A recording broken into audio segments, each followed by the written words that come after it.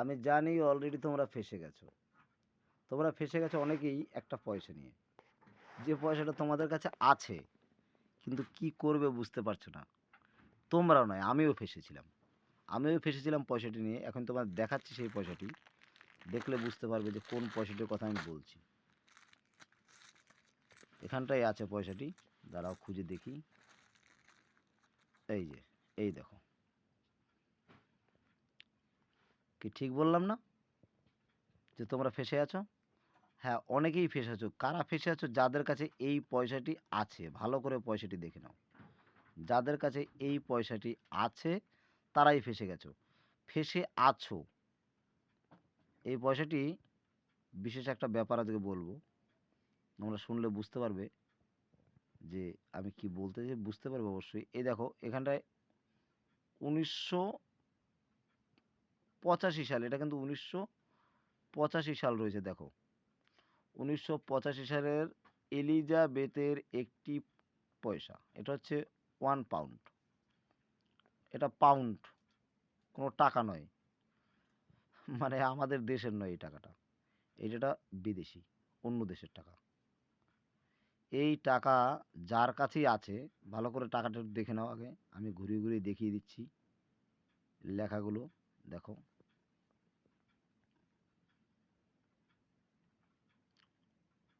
দেখিয়ে দিচ্ছি।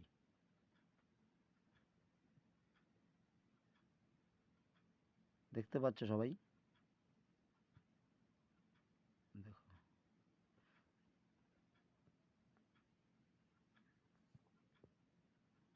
কি ঠিক বলেছি না?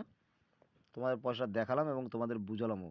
তোমরা ফেঁসে আছো, আমি যে বলেছি এর একটা মানে আছে, সেটা আমি এখনই বলছি। তবে যারা ফেঁসে আছো, এই টাকাটি যাদের কাছে আছে তারা বিক্রি করতে পারছো না। তারা এক্সিবিশনে নিয়ে যাচ্ছ, বিক্রি হচ্ছে না। যাদের কাছে দেখাচ্ছ তারাই বলছে কমন পয়সা, তারাই বলছে এই পয়সা চলে না, এই পয়সা আমরা কিনি না। যেহেতু এটি ইন্ডিয়ার পয়সা না, ইন্ডিয়াতে এর কোনো দাম নেই, এটাকে একটা ফরেন কয়েন বলে। ফরেন কয়েন, কি বললাম? Foreign coin. এই ফরেন কয়েনটা আমাদের দেশে দাম নেই বলে এটা কেউ বিক্রি করতে পারছে না। যে দেশের টাকা সে দেশে কিন্তু এটা প্রচুর দাম। এটা নেটে সার্চ করলে দেখা যাবে ৫০,০০০ টাকা দাম দেখাচ্ছে এই টাকাটার। আমি দেখেছি, আমার কাছে আছে।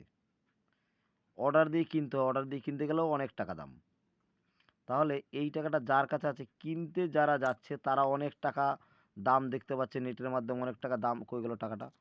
অনেক টাকা দাম দেখতে পাচ্ছে। অথচ বিক্রি করতে গিয়ে তারা পুরো সবাই বোকা হয়ে যাচ্ছে, বলছে এই টাকাটা চলে না, এই টাকা আমাদের কিনি না।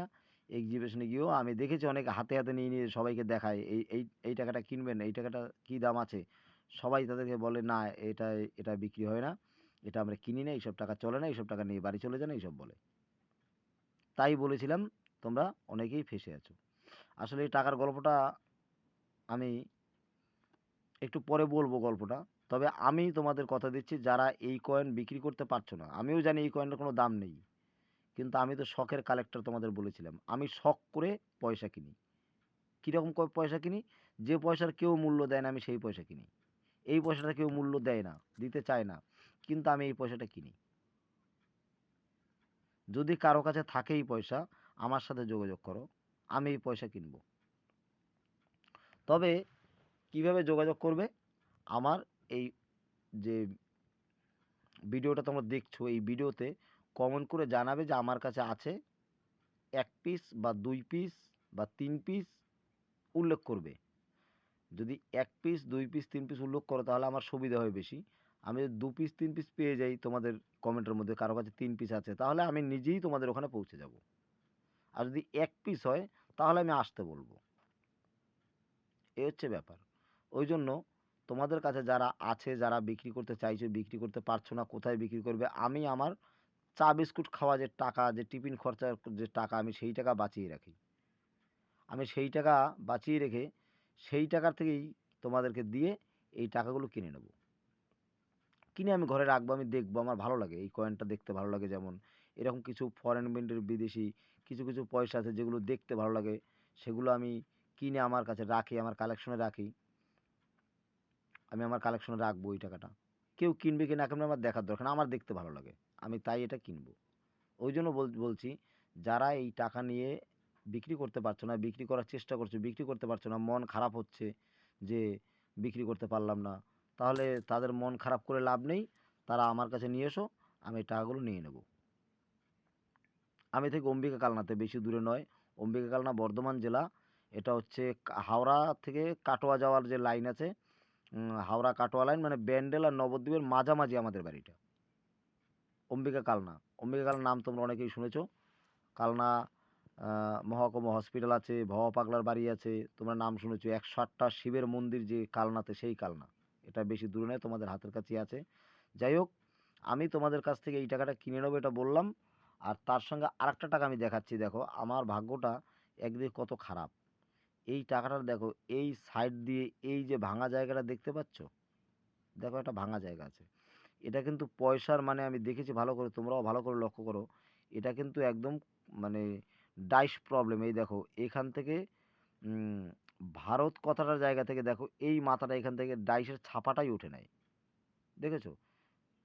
ছাপাটা ওঠে নাই। তার মানে এই যে দাগটা, এটা পুরো ডাইসের, এটা সম্পূর্ণটাই ডাইসের। কেউ টাকিয়ে টুকিয়ে বানায়নি। এইবার কি হয়েছে, পয়সাটার দামটা কোথায় কমে গেল জানো? দুর্ভাগ্য কীরকম খেলা করলো জানো? এটা কিন্তু পুরো পয়সাটাই, এই পয়সাটা ভালো একটা দাম রয়েছে। এই পয়সাটা কিন্তু পুরো ডাইসের। এই দেখো এই দাগটা পরিষ্কার দেখা যাচ্ছে ডাইসের। কিন্তু কোন হতচ্ছাড়া এই পয়সাটা তার কাছে ছিল, জানি না আমার আগে কার হাতে ছিল। সে ওই যত সম্ভব এই ফাটা দাগটাকে মেলাতে গিয়ে এই জায়গাটায় দেখো, যদি এটা কোম্পানির ডাইসের প্রবলেম না হতো, তাহলে কিন্তু এই টাকাটা ভালো করে দেখো, এখান থেকে এই যে লেখাটার এই যে এক অংশ উঠেছে আর এক অংশ উঠেনি, এই লেখার অংশটা এখানে থাকতো। এবং এই যে সাইড দিয়ে বিটটা, এই দেখো বিটটা যেভাবে ঘুরে এখান থেকে এসছে, এখান থেকে ওই বিটটা কিন্তু থাকতো। দেখো বিটটা, এই পয়সাটা এখান থেকে কিন্তু নেই। দেখেছো? এখান থেকে কিন্তু নেই। নেই মানে কি? নেই, তবে এটা মনে হচ্ছে যেন একদম পরিষ্কার যে অন্য কোনো একটা পয়সার টুকরো এখানে জোড়া দিয়ে দিয়েছে, তাই না? ভিন্ন একটা পয়সার টুকরো। কিন্তু এটা ভিন্ন পয়সা নয়, এই পয়সাটারই কিন্তু। এবার দেখো আমি এই দিকটা ধরে এইখান দিয়ে ঘুরাচ্ছি।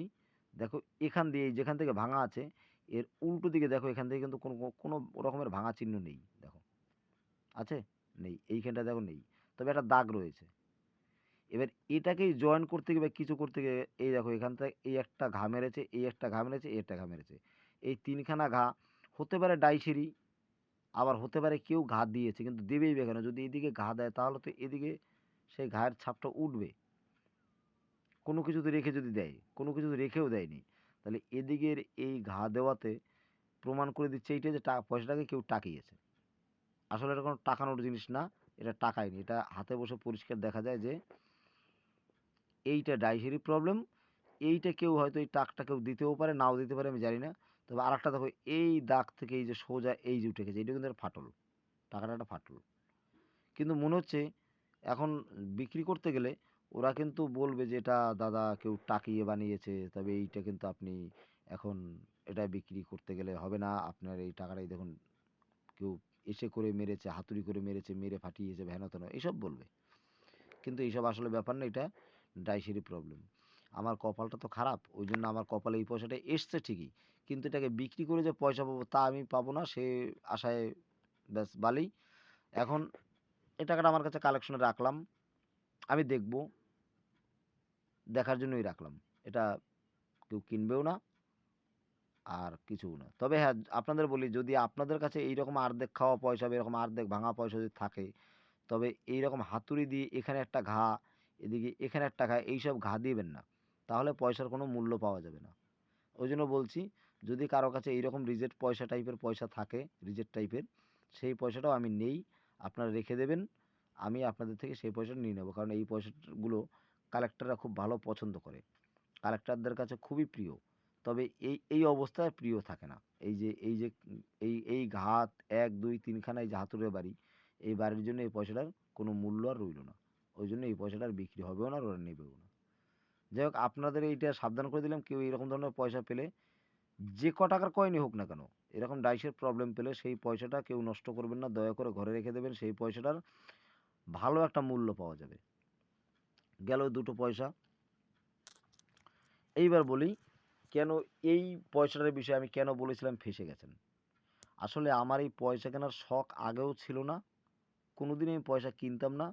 আমি জানতাম না যে পয়সা বেচা কিনে হয়। আর এতে কিছু মজুরি পাওয়া যায়। ইউটিউব, ফেসবুকে আপনারা যে দেখেন এই টাকাগুলো 50,000, 1,00,000 এরকম দাম দেখাচ্ছে, এগুলোর এরকম দাম নয়, ওগুলো সব ফেক। আপনারা অনেকেই দেখেছেন, ফেক।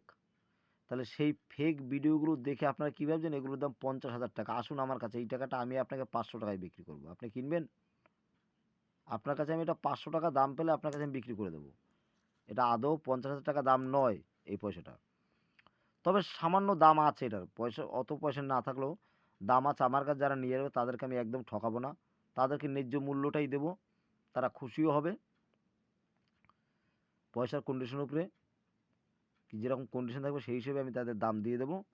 তবে এই পয়সাটা আমি যখন হাতে পাই, প্রথম যখন হাতে পাই, তখন আমি মনে করেছিলাম এই পয়সাটা বাস্তবেই এর মধ্যে ভালো কোনো ধাতু রয়েছে এবং পয়সাটা খুব মূল্যবান। আমি আমার ট্যাঙ্কে রেখে দিয়েছিলাম। আজ থেকে প্রায় 10 বছর আগে পয়সাটা পেয়েছিলাম। তারপরে মাস 6 আগে যখন আমি জানতে পারলাম যে পয়সা কেনা-বেচা হয় আদৌ সত্যি, তবে লক্ষ, লক্ষ, কোটি, কোটি টাকা নয় বা হাজার, হাজার টাকা এরকমও নয়। কিছু, কিছু টাকা আছে, কিছু, কিছু পয়সা আছে যে বেশ কিছু দামে, ভালো দামে বিক্রি হয়। তবে ওই লক্ষ, লক্ষ, কোটি, কোটি টাকা দামে বিক্রি হওয়া কয়েন এখনও চোখে আমার পড়েনি বা কেউ বিক্রি করেছে আমি দেখিনি যে একটা কয়েন লক্ষ টাকায় বিক্রি করে গেছে। এরকম আমার নজরে এখনও আসেনি। তাই বলছি, আমি যখন বুঝতে পারলাম যে এই পয়সাটা ভালো দাম পাবো, আমি এই পয়সাটার জন্যই কিন্তু ঘর থেকে বেরিয়েছি খুঁজতে যে কোথায় দাম পাই। আমি এই পয়সা নিয়ে এই যে ইউটিউবে যারা ভিডিও বানায় তাদের নাম আমার বলার দরকার নেই। আপনারা জানেন যে তাদের নাম, তারা নিজেরাই তাদের নাম, তাদের পরিচয় দিয়ে রেখেছে। তাদের কাছে আমি গেছিলাম, আমি ৫-৬ জনের কাছে গেছিলাম। তাদের কাছে গিয়ে এই পয়সাটা দেখিয়েছি। তারা বলেছে এইটার কোনো দাম নেই। এগুলো আমাদের চলে না ভাই, এগুলো আমরা রাখি না। আমার যাতায়াত ভাড়া এবং দিনমজুরি তাও নষ্ট হয়েছে। এই পয়সাটা নিয়ে আমি ৬ জনের কাছে মোট গেছিলাম। শেষ গেছিলাম একটা এক্সিবিশনে। সেখানে গিয়েও দেখি তারা বলছে এই পয়সা চলে না। তখন আমার মনটা খুব ভেঙে গেল। আমি মনে করেছিলাম এটা বেশ কয়েক হাজার টাকা পাবো। তাতে আমার ভালোই হবে। কিন্তু যখন ওখানে গিয়ে জানতে পারলাম যে এটার কোনো দাম নেই এবং আমি অনেককে হোয়াটসঅ্যাপে ওই পয়সাটা পাঠিয়েছিলাম কয়েকজনাকে। তারাও বলেছে, "না দাদা এই পয়সা কিনি না। এটা একটা নরমাল কমন পয়সা। এই পয়সা আমাদের দেশে চলে না। এই পয়সা আপনি রেখে দিন। এ পয়সা চলে না।" তখন আমি বুঝতে পারলাম আমার ধারণাটা ভুল। যে আমি ভাবছি এই টাকাটার অনেক মূল্য। 50,000 যখন নেটে দাম দেখাচ্ছে আমি 20,000 তো পাবোই।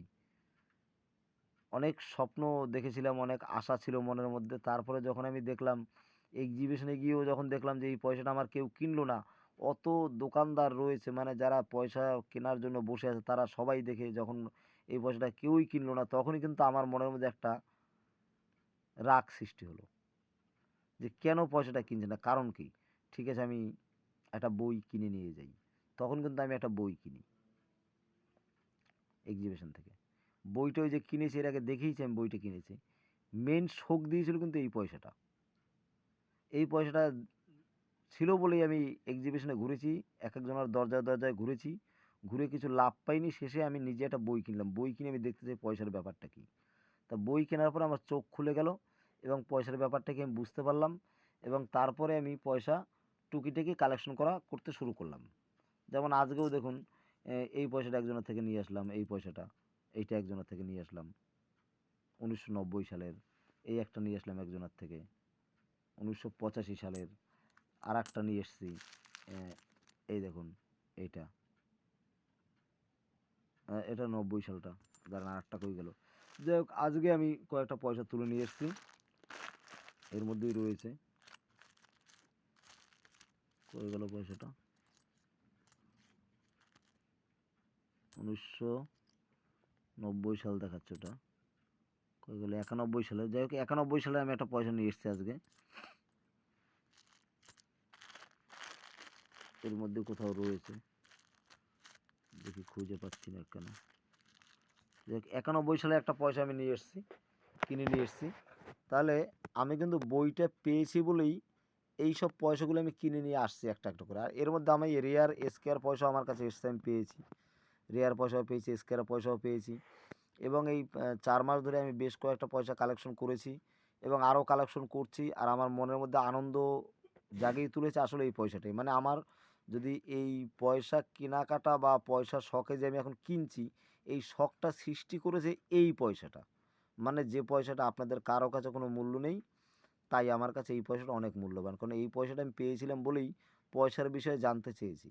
আর পয়সার বিষয়ে জানতে চেয়েছি বলেই আজকে পয়সাকে খুঁজছি।